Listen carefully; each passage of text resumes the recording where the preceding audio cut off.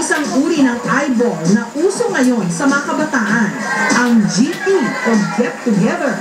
Sa mga magulang na maaaring hindi pa ito nakuunawaan, paraan ito ng fans para ma-meet ang kanilang mga iniidolo na kadalasan mga online sensation.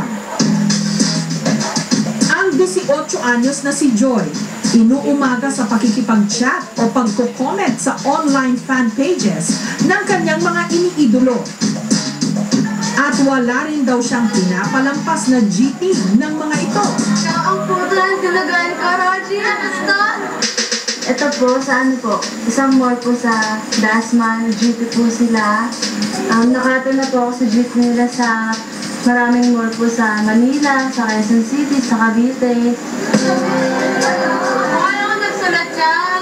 Happiness, pag napansin ka nila, yung makasama mo sila, sobrang saya lang po talaga.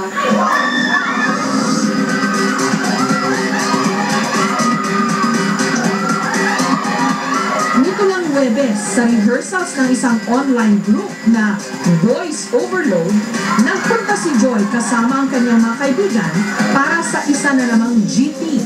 Rapan!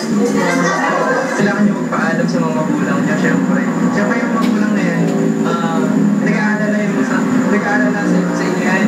Pero ang ina ni Joy, labis-labis na nag-alala.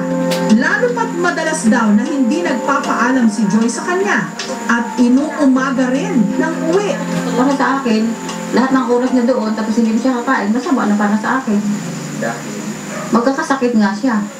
Dahil sa pagkahumali ng kanyang anak sa GT, 2 taon niya itong pinatigil sa pag-aaral. Pero dahil nangako si Joy na hindi niya papabayaan ang kanyang pag-aaral, ngayong school year, balik eskwela siya.